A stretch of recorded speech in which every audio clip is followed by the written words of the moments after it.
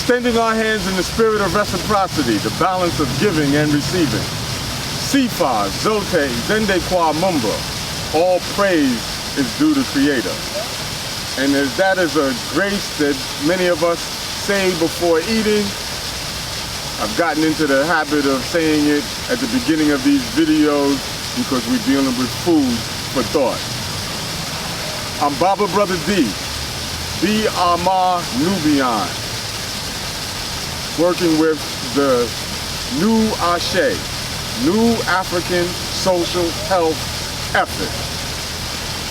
And I want to pick up where I left off on an earlier video. We were talking about America is a great place to live.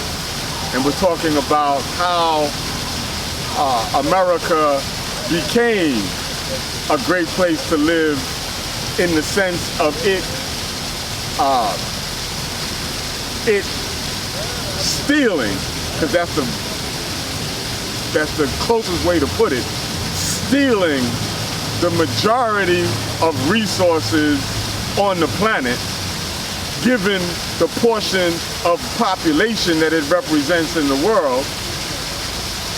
And what it produces for us, African people in the United States, is we work for the richest slave master and have become the world's richest slave. As very rich slaves, in many ways we are spoiled. And I am deliberately contradicting a typical approach that has been taken to organizing our people, because organizing in this society, and not even just organizing black people, because the same can be said when people deal with trying to organize workers, the tendency, the dominant paradigm for organizing people in this society is to harp on what people don't have and what the people who oppress a group, whether we're talking about rich oppressing poor, whether we're talking about Europeans oppressing Africans, whether we're talking about the capitalist class, the bourgeoisie exploiting the workers, when it comes to attempting to organize the people at the bottom, the dominant approach has been for us to harp on they have so much and we have so little. That's been the dominant approach. And so you organize people around the idea, the aspiration to gain a whole lot more. But that hasn't worked in terms of dealing with organizing the African nation in North America. Because indeed, the African nation in North America is already the richest slaves on the planet and have more material BS than we know what to do with. And we've not developed the organizing skills on how to move a population that already has a whole lot of stuff. As I said in a previous video, Africans already have a higher material standard of living in this country, clearly, than Africans all over the planet, and we have a higher material standard of living than most people on the planet. And that contradicts the direction that many of our organizers have taken, because we want to convince people of how little we have and how much more we would have if we were to take those in charge out of power. We suddenly needed to move to another part of the park. So where was I at? I was talking about us being the richest slaves on the planet. Folks may not like my making that statement, because we like to talk about how poor and pathetic Africans in this country are. But we need some new tactics.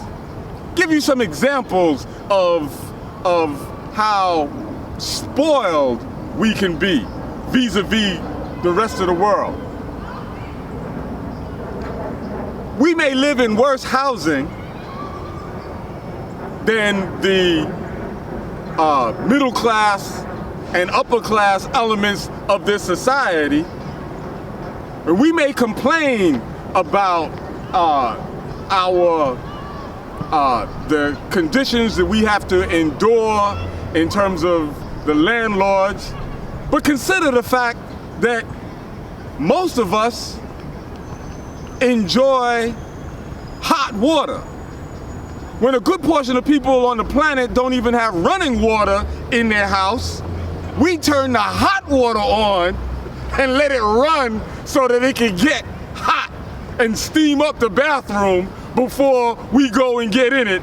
And meanwhile, the planet, a good portion of people on the planet are suffering the conditions of not having a decent water supply. But we can just take that for granted because we're in the house of the richest slave master and we are living as the richest slaves. If I have an accident out here right now, individuals will go on their cell phone and call 911 for an ambulance, which will have to decide which hospital to take us to. Most people on the planet, if they had an ambulance, and chances are they won't, but if they have an ambulance, there ain't gonna be no choice of which hospital to take us to. We could go down the line in terms of material possessions that we have. We talk about humans needing food, clothing, and shelter. Well, you know, clothing ain't no problem. I remember at the Black People's Topographical Research Center in the 70s, the brothers who ran those tours would say, the only thing that can outdress a nigga is two niggas. That's cause they twice as sharp. Food. We have a problem with eating nutritious food, and we have a problem in our neighborhoods in terms of whether the best food is sold. Very often you have to go out of our neighborhood.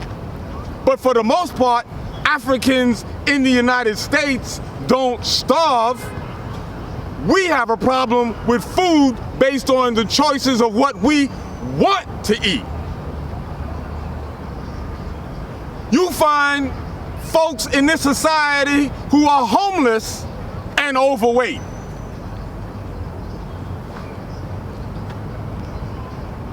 The theft of the wealth of this planet accumulating in the United States in the hands of its ruling elite, but people, us, we consider ourselves at the bottom. Of course, you know, many of us see some poor white folks and be like, damn, I thought we had it bad, but damn, right? How do you organize a population who suffers not from not having enough, but very often from having too much?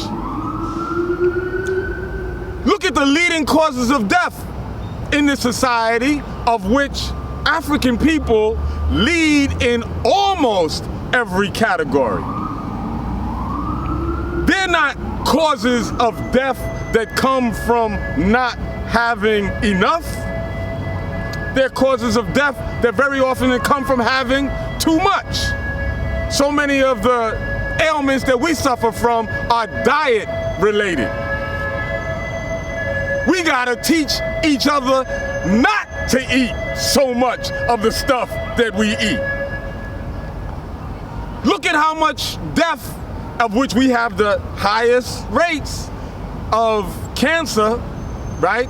And I believe the number one killer activity is still smoking.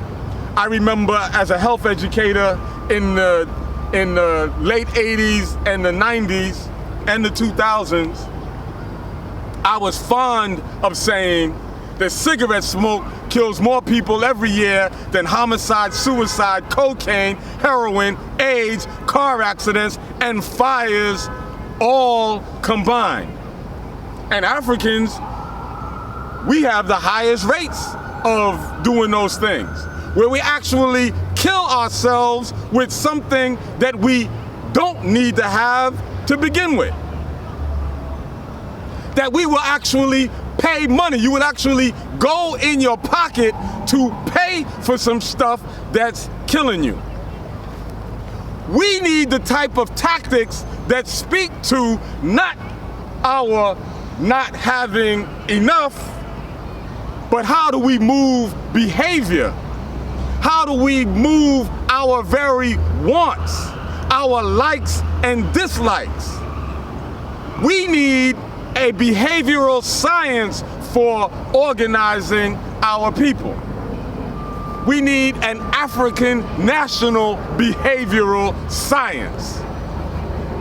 Not simple appeals to, oh, look at what they have, and if we take them out of power, we can have the same thing. I don't want what they have. We do not need what they have. What we need is to control our own circumstances. We need the capacity to coordinate ourselves, to make decisions for ourselves, to be able to cross-examine ideas, pro and con, to be able to have it out idea-wise, to come up with the best ideas to guide our people. So like I'm fond of saying that I'm not interested in equality. I'm not interested in rights. I'm interested in us controlling our own circumstances. When I talk to many people who make it their business to know about what's going on the planet, and this society included, I often express my fear that our dependency on the structures that run this society has been steadily increasing. Talking to a brother a couple of days ago who was insisting that things are just moving around, you know, in a circle in terms of African people's situation. And I was trying to impress upon him that no, our situation has continuously changed from the time that we were, that members of our people were first forced over here in the early part of the 1600s, at the same time period that Western Europeans were moving in to settle in this part of the world, moving in to forcefully, to brutally take the land and kill off its inhabitants, the indigenous people. When we were brought in that period, many of us do not understand that by and large, when I'm speaking, I'm not speaking in absolutes because, as I'm fond of saying, the only thing absolute is the creator, right? Everything else is relative. So I'm not saying absolutely, but I am saying largely, mainly, to a great extent, Africans brought here in the 1600s and for most of the 1700s did not live more than 7 years. Capitalism and Slavery by Eric Williams. His research points that out. We were literally worked to death because in the importation of this stolen labor, the objective was to get our labor, not take care of us. And between fighting and killing and cutting throats and setting fires and trying to escape and sometimes escaping or being forced to work and the different kinds of tactics that were needed in order to get us to work, on the average, we didn't live longer than 7 years. When we talk about the African Burial Ground Project, when they excavated the bodies from those graves, they found spines so contorted, where the evidence of muscle being separated from bone, the kind of work they forced us to do. We were worked to death. We like talking about, oh, we've been here for 400 years. Yes, our people started arriving captives. Folks who were not captives, yes, have arrived before that. But in terms of captive Africans to be forced into slavery, 400 years. But a good portion of that first 175 years or so, we were largely worked to death. Things changed. By the latter part of the 1700s, and changes, economic changes occurring, it wasn't so economical to work us to death. It was like, example I like giving is if you have a car that is so inexpensive that instead of doing the things that you need to maintain the car, you just drive the car till it breaks down and you just buy another car because it just wasn't cost effective to do what's needed to take care of the car. That was us in this part of the world. By the late 1700s is when you begin to get, with the increase in expense to the slave masters, you begin to get populations of us that survive. I'm not saying that there weren't certain individuals who might have survived and had children and all of that, but that ain't where the bulk of us come from. 1800, because I'm trying to point out that things have changed, right? And they continue to change. Yet we mistakenly think that things have been changing for the better, and we need to take a different look at it from the standpoint of being rich slaves. By 1800, when the Louisiana Purchase, and in another video I pointed out to folks that we so busy feeling good about the fact that Napoleon, because he was getting his ass whipped, had to sell the Louisiana Purchase, and we getting off on that and don't even think of the contradiction of some Europeans selling land that they don't really own. To each other, they make claims and said, oh, well, we own this, or well, can we own it? Okay, well, I'm charging you this amount and so forth. But there's people on it. The French did not own it. 1800 with this Louisiana Purchase, which effectively doubles the size of the territory of the United States, it also doubled the size of the territory that enslaved Africans could work. Couple that with the development of the cotton gin, another example where some people get proud. See, we have a tendency to get proud of stuff and don't even think about what it actually means for our interests.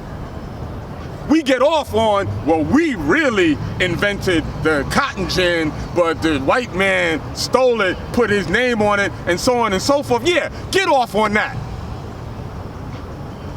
Meanwhile, the development of that cotton gin made the cotton industry more lucrative, which called for a greater importation of Africans.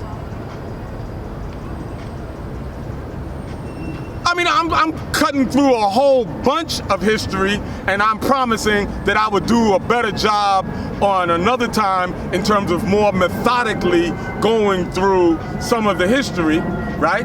But I'm pointing to changes that occurred in our circumstances. So now, not only do you have a greater need for African labor, it also was coinciding with a need for greater and greater penetrations into the interior of Africa. And you've heard me say before, if you've heard my videos before, maybe you've heard me say that the most dangerous enemy is the internal enemy, because Europeans could not go into the interior of Africa. So who was it that was bringing out African captives?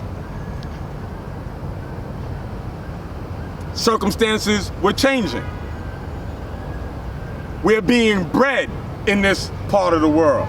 We're actually being deliberately mated and bred. A good portion of our population that's here now, our ancestry to Africa does not go back 400 years, because most of our African ancestry got here in the 1800s with the needs of the development of European capital. And when European capital developed to the point where slave labor was not considered as useful as wage labor, and the more industrialized North was making moves that the landowners in the South didn't like, and they decided that they wanted to break away from the United States, and a war was fought, and the North won. Be clear, it wasn't fought for our freedom. It was fought in a way that was consistent with the needs of the developing ruling class within the society. Our circumstances changed. Our circumstances changed some more with the advent of Reconstruction, and then changed some more with the selling out of Reconstruction, as different ruling interests wheeled and dealed in terms of figuring out and negotiating what they thought would be better for them. And we moved into segregation. And segregation lasted approximately 100 years. And our circumstances continue to change. And we very often want to think of ourselves as being the main agents that bring about changes, but we didn't look at the interests of the ruling elite and how those interests shifted. We didn't look at how the interests of the ruling elite shifted as a result of World War II, which left the United States unparalleled as number one capitalist power on the planet, number one power on the planet, period. And how segregation was no longer consistent with their needs, and the situation changed. And our situation continues to change. Unfortunately, many of you think that change is a change towards the better. But each one of these changes coincided with Africans becoming more and more dependent on people outside of us. So in many ways, we were closer to being a free people coming out of slavery than we are now, even though we've got far more material BS. We got stuff that was unimaginable to the rich people a couple of hundred years ago. We got it. We got clothes, we got gadgets, we got choices of food. The homes that we live in. See, because when we say that we don't have it, we're thinking comparatively. Because we see what somebody else got, and we're saying, well, we don't got what they got, and we want what they got. And we have to develop the tactics for organizing a group of people that already is swamped and confused because, or in conjunction with the things that we have. I started to say because, but we're not confused because we got all that stuff. What I'm saying is our ability to work our way out of that confusion is hampered because we have all of that stuff. No, we're confused because we have not yet, our leadership has not yet gotten it together in terms of being clear on where we need to go.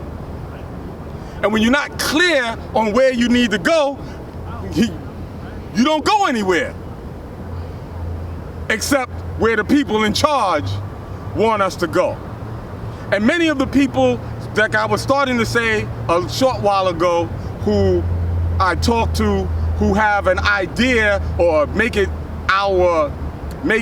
a priority to try to stay on top of where things are going.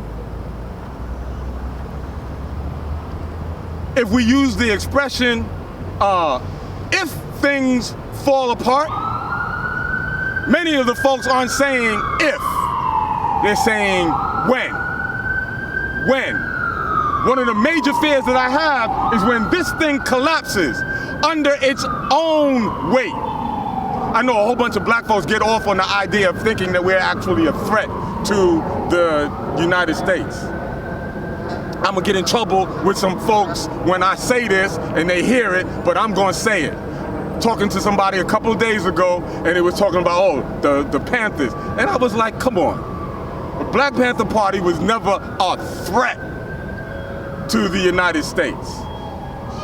The Black Panther Party was an opportunity for law enforcement, similar to how the military industrial complex likes enemies so that they can justify getting a whole bunch of money to spend on things that they can't even use. Not even that they'll never use, that they can't use, but the people who make those products get rich.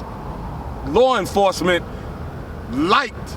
It's just like some folks having big demonstrations to talk about, well, we're protesting against stuff that that the government is doing and so forth, and there's a whole bunch of police that love that shit because it's overtime. It's overtime. You standing there on the other side of the demonstration like, how can you be on that side? Because they getting paid, right? And it's an excuse to demand from government more payment. This society has been and continues to be and is intensifying in its threat to itself as it threatens the rest of us in the same process. It's a threat to the earth. It's a threat to the, as I said the other day, to the water, the land, the other animal life, the plant life on this planet. And as many people will say, not when it falls, not if it falls, but when it falls, my fear is that it's gonna fall on us. But I don't wanna wait until stuff falls apart for people to understand that all this little BS, gadgets and stuff that you get drunk off of, when that's no longer available because the social order falls apart, at that point, our ability to coordinate ourselves may be extremely compromised. So before it falls, we need to increase our level of coordination, and the best place that I am aware of doing that is doing that with people that you are already cool with. Do that with people that you already feel some kind of closeness with. And that is the central message in all of these videos. And I'm Baba Brother D, and once again, I thank you for your attention.